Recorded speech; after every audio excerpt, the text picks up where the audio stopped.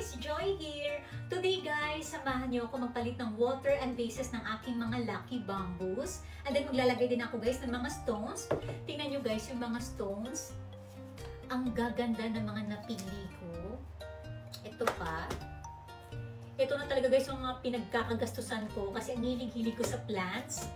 And gustong-gusto ko na may mga plants sa loob ng house kasi nakaka-relax talaga guys at nakaka-happy. So, let's do it. Dito ko na muna guys ilalagay. Itong pink, hindi ko sana papalitan. Kaso may crack pala yung base na to. Dito, ewan ko lang kung makikita ninyo. Ayan, may crack siya. Sayang, ang ganda pa naman nito. Maglalagay na muna ako dito ng stone para mabanlawan ko. Ilagyan ko na guys ng konting stones. And then ilalagay na natin yung lucky bamboo. Isi-center natin.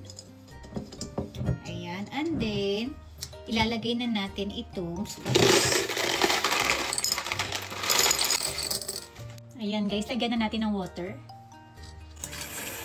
Ayan na siya guys, ang ganda.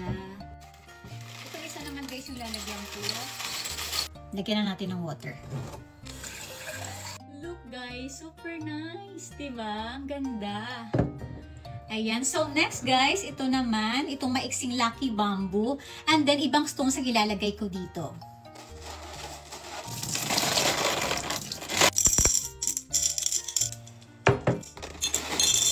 Ay, ang ganda.